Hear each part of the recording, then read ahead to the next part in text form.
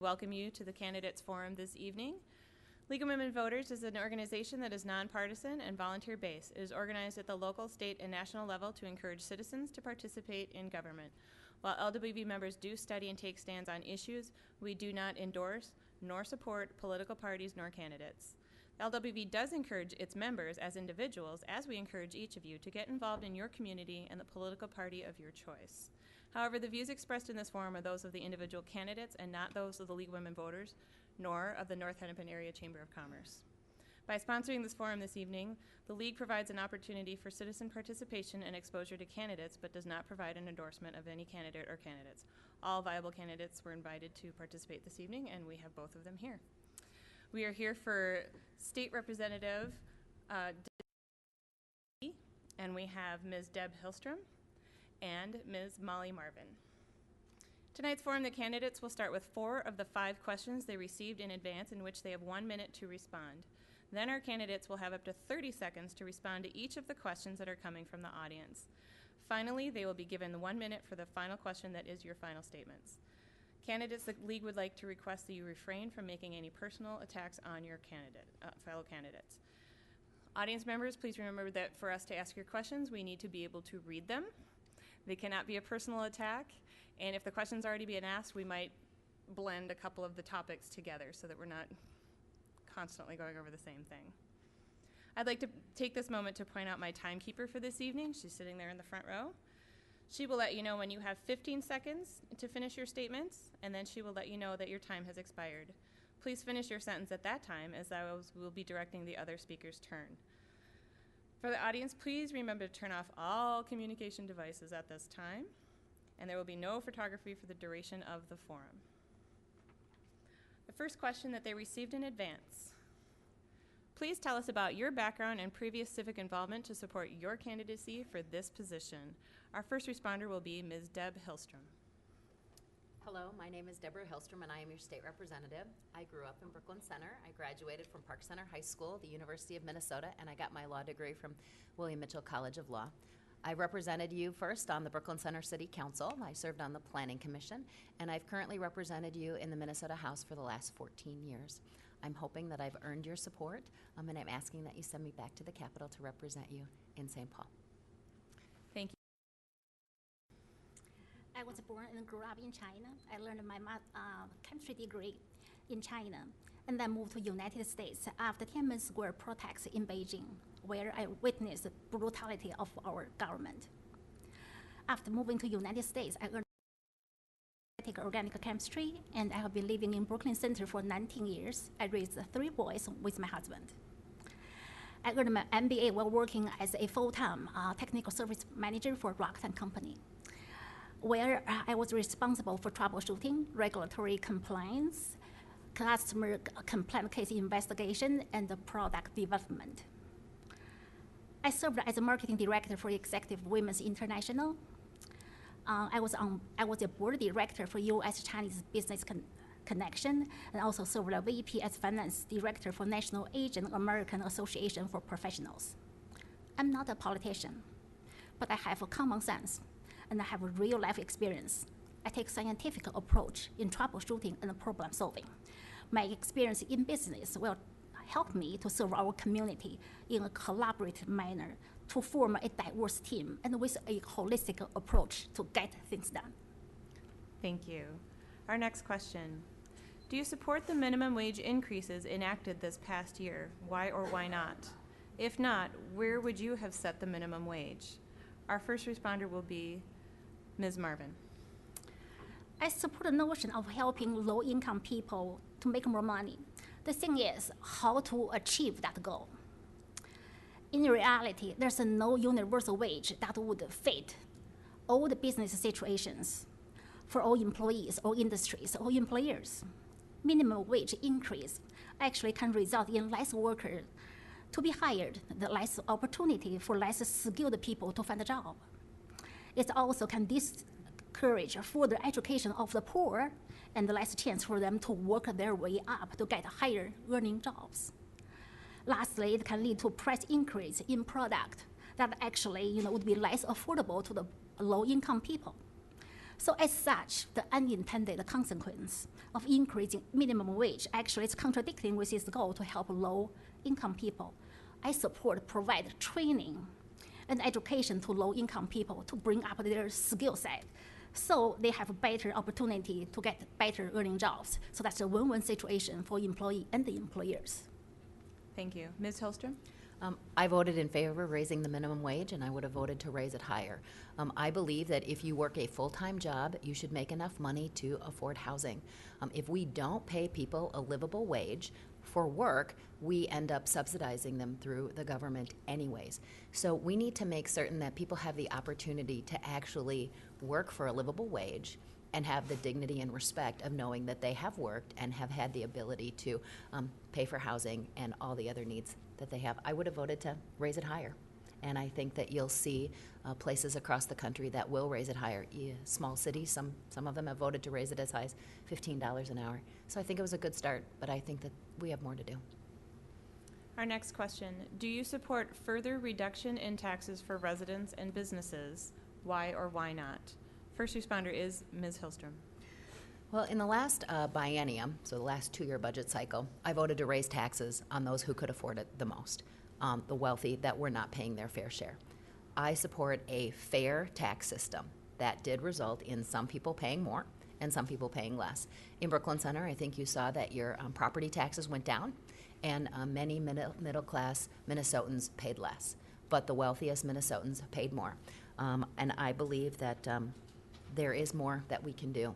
And one of the places in business where I think we could actually have some incentives to give businesses the opportunity to get some tax incentives if they pay higher wages or employ certain segments of the population that are harder to employ. So I think that there is some additional progress that we can make, both in lowering taxes for some residents and businesses. Thank you. Ms. Marvin? I believe taxes are necessary. I do support fair tax and the reasonable reductions because I want the tax to be lower enough to a level that strike a balance between public service offered by the government and the people and the money that can be put back to the hard-working people's pocket to support their family. We need to offer a competitive tax rate that keep business from leaving Minnesota. We also need to provide incentives for their business to stay and to grow. Personal taxes need to be reasonable to entice investors to stay investing in Minnesota. Lower taxes are incentive for business to stay to grow and hire more workers. Higher taxes, on the other hand, are potential triggers to lose business, to lose investors, and it can lead to lower profit of a business and the loss of jobs. Thank you. Our next question, before we move on to the 30 seconds. There are currently laws that require the state to give preference to women and minorities in the selection of bids for state contract awards. However, there is not funding to enforce these laws. Do you favor additional funding to provide enforcement of these laws? Why or why not? Our first responder is Ms. Hillstrom. In Minnesota, currently women don't make as much money as men do for the same job. And so we started making progress with the Women's Economic Security Act this year to start saying you should get paid the same amount of money for the same job. That's one step that we've taken already. There are other things that we can do for enforcement. That includes if you are getting state money or city money, you can have to comply with the law that we have in place for minority hiring as well as hiring of women and paying pay equity across jobs. I think that there is more that we can do, and I would vote in favor of funding that appropriately. Thank you. Ms. Marvin? I certainly favor adding additional funding to support women and minorities. Minorities and women, they need additional assistance to be aware of the job opportunities, to extend their network, to get the appropriate training to bring up their skill set so they can improve their competitiveness in marketplace and get a better opportunity to compete, to get state contracts. But I'm not sure it's necessary I have to mandate this into law. I do believe it's absolutely we need to provide additional funding to support, again, right training to improve their skill set, to improve their competitive edge at the marketplace. Thank you. We will now move into the 30-second answered questions from the audience. Remember to raise your hand if you need a card or if you have your card ready for our ushers to take it, and that way we can get your question asked this evening. Our first one is, how would you support the businesses in our state? What programs or steps should the state take to foster job growth? In 30 seconds. Our first responder will be Molly Marvin. Again, I believe lowering taxes are incentives for business to grow, to hire more workers. And raising taxes are the potential triggers for us to lose the investors. They could fund someplace else to invest their money, and we could lose our job. For the long term, I support to lower taxes in order to keep our business growing. Thank you. Ms. Deb Hillstrom? We saw with Wisconsin that when they cut taxes, their economy is doing worse, and now they're facing budget deficits. Minnesota, we have a fair tax system that has a competitive business climate, and we are seeing that we have high numbers of Fortune 500 companies in Minnesota growing and prospering and expanding here. We know that good paying jobs make it so that people can survive in our economy. And I think that we need to do more things to make certain that we have a competitive business climate, but it's not just about taxes. Thank you. Next question. Would you support the right to work law in Minnesota? Why or why not? First responder is Molly Marvin. I do support the right to work law. I believe workers should have the right and to have the freedom to decide if they want to join union or not. Ms. Hillstrom?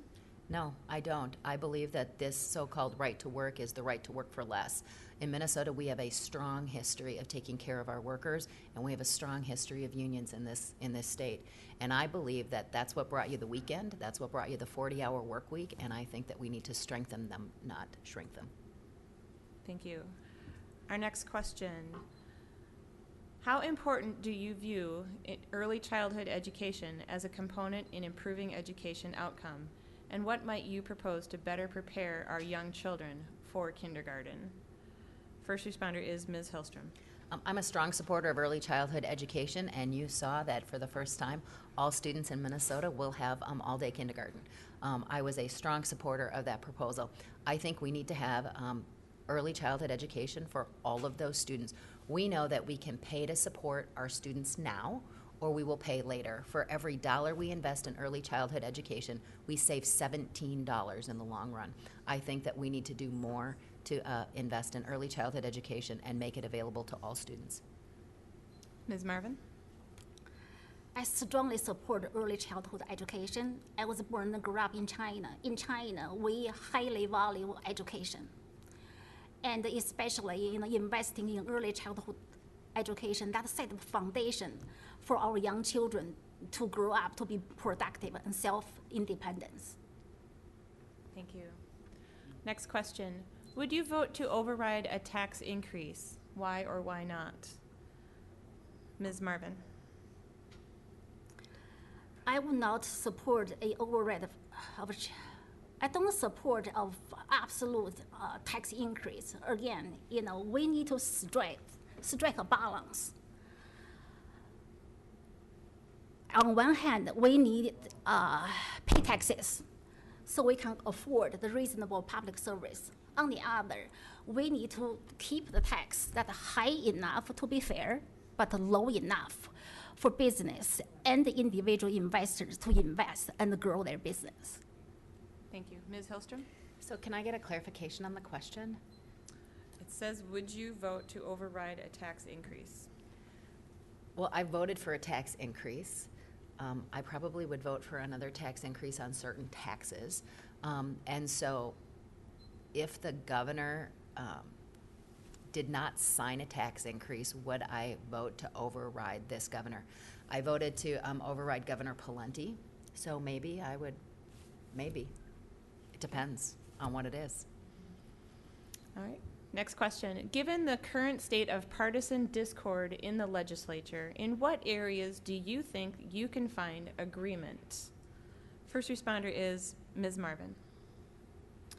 Well, like I said, I'm Chinese. I was born and grew up in China. I came to this country is because I firmly believe this is the best country on earth. This is the land of the free and home of the brave. I came here not because I wanted to become a Republican or I wanted to become a Democrat, because I think in this country we have freedom to choose. And we should work together on our front. We should work together in a collaborative way, not just because you're a Democrat, whatever you say, I would say no. I would try to put all the people together and set a common goal and compromise and do the good for our community and for our district. Thank you. Ms. Hillstrom? I have a strong history of working in a bipartisan fashion. I've had 2 omnibus bills that I've carried as chair of committee. One of them passed unanimously, both in the House and in the Senate, and one passed overwhelmingly, I think, with a handful of Democrats who voted no. So I do have a long history of working in a very bipartisan fashion. Thank you. Next question. Do you feel our education system adequately supports our immigrant population? Why or why not? First responder is Ms. Hillstrom. Well, I think that we have an exceptional education system, but I think one of the things that we do is we over-test our students. And so when you have students who speak many different languages, you are not getting a clear picture of their learning ability on these standardized tests. So as you have more and more immigrants with more and more different languages, it becomes more important that you test them more on an individual skills base. I think there is always more that you can do, but I think that it doesn't give an accurate picture when you spend so much time on standardized tests. Ms. Marvin? I think in America we have a great education system. We invest a lot of money in education. One thing that bothers me a little is in China, again, if you're a student, you go to school, and your goal is to sit there and learn and work hard. If you don't do well, you cannot blame teacher, blame school, and you take extra time. After school, you work and you catch up. Investing in education is extremely important. But I think we need to focus on find a creative way somehow to instill that drive, instill that work ethic in our students, make them work hard, and make them more ambitious, and to balance, that long-term and short-term goals. Thank you. Next question, still in the education arena. What are your views on charter schools? Would you continue funding charter schools in the future? First responder is Ms. Hillstrom. I have both been in favor of and opposed to some of the charter schools. It isn't about the specific type of school.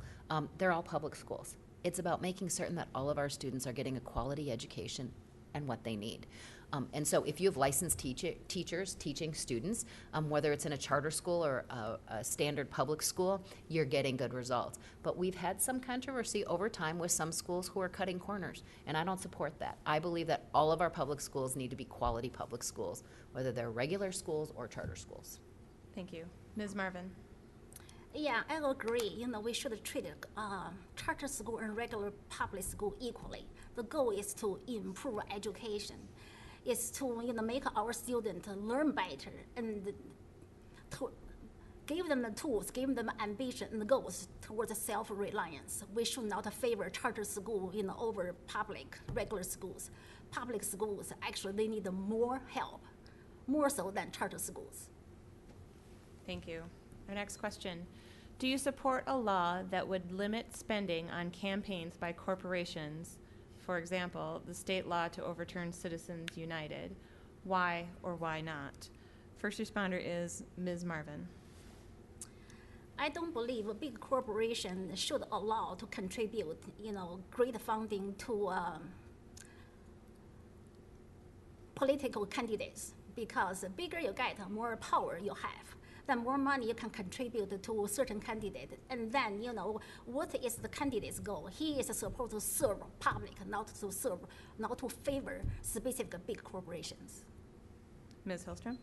I agree. I think Citizens United was the wrong decision. Corporations are not people. It's people who should be able to invest in the candidate of their choice.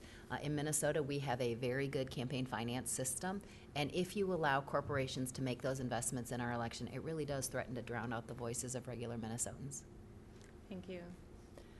Next question. Do you believe there is enough accountability for managing federal funds allocated to HMOs for health care? Why or why not? Another 30-second question. Wow, okay. Good luck with that one. Ms. Hillstrom. So Minnesota has set the standard for what we should be doing in our HMOs. And actually, Al Franken took what we do in Minnesota in terms of mandating that a certain amount of our healthcare dollars needed to be spent on healthcare. And so he took that to Washington, and that became part of the federal healthcare bill. So I believe there is always more that we can do. I think that it's very important that we make certain that our money for healthcare is actually going for healthcare and not just going to pay CEOs. Ms. Marvin? Well, I am not an expert on this subject. I'm a technical troubleshooter in the packaging chemistry-related field. I think I would do more analysis, gather more data, and consult the expert. I'm sure there are ways we can improve how to use the money, and I'm sure there are some more efficient ways we can better utilize our bill and to better help and in a more efficient way to help the people and to provide better health care in Minnesota. Thank you. Next question. How would you propose decreasing crime in our state? First responder will be Molly Marvin. Decreasing crime, I think we need to start early. Early childhood education is important. Educate parents to better raise their children is important. School and local communities, police, neighborhood, we need to work again in a collaborative way. Start early. And neighborhood watch team, national night out, and company or non-organization sponsored program should all help. Thank you. And Ms. Hillstrom. I've worked on that issue for a long time. I was chair of the Public Safety Committee for 2 years, and now I'm chair of the Judiciary Committee. One of the things that we find is that much of the crime is related to people's chemical dependency issues. And so people who are stealing are, in many instances, are stealing because they're attempting to fund their drug habit. In many instances, you're seeing higher crime that has to deal with drugs. So one of the best things we can do is, one, give people the opportunities that they need to get ahead, and then have chemical dependency treatment available to them. Also making certain that law enforcement has the funds that they need to adequately do their job. Thank you very much. We're now going to move on to our closing question, in which we have 1 minute to respond. In summary, how do you intend to best serve your district and move the state forward? We're going to go in the reverse order in which we started. So our first responder will be Ms. Molly Marvin. Obviously, I am not a politician. I'm a technical troubleshooter, and I have one single goal. That is to present the interests of our district and do my best to serve our people. I'm a proud immigrant, and I have personal experience with the extreme overreaching of the government in China. So I stand for limited government, personal choice, and freedom. I strongly believe this is the best country on earth. And America is truly the land of the free and home of the brave. If you are willing to learn, if you are willing to work hard, this is the land of opportunity for prosperity, life liberty, religious freedom, and pursuit of happiness. These are the driving passions of our founding fathers. And these are the reasons I came here. These are also the reasons I'm running for the House of Representatives. Again, I know from personal experience that many immigrants from all over the world came to this great state. They can make a good living. And I want to make their lives not just their lives, and all the lives of Minnesotans better by serving in a public office. Yes, I want to work with you, and I want to work for you, fight for reduced spending, improve education, and building a safer place for all of us to live. Thank you for your support. Thank you. And our final responder is Ms. Deb Hillstrom. It's been an honor to represent you in the Minnesota House of Representatives, and I'm asking for your support for another term on November 4th. I believe that I have gone to the Capitol and I have fought for you to make certain that we have tax fairness, that we have job growth, quality education, affordable health care, a clean environment, and safe neighborhoods. Those have been the things that I have worked on. I promise to be a strong voice to make certain that your voice is heard at the Capitol. We have a changing community, we have a changing demographic, and I have welcomed that. My office reflects the changing demographics of our community, and I think our state government should as well. I ask for your support for another term. I ask for your vote. Thank you. Thank you. Once again, on behalf of the League of Women Voters and the North Hennepin Area Chamber of Commerce, I'd like to thank the candidates for agreeing to participate this evening. I would also like to thank the voters for attending and participating by submitting excellent questions, and I would like to thank the viewing audience as well. Remember that if we could not get to your questions tonight, or you have any other further questions for the candidates, we invite you to contact them directly with your concerns. Please remember to get out and vote on November 4th, as your vote truly counts. Thank you and have a wonderful evening. Thank you.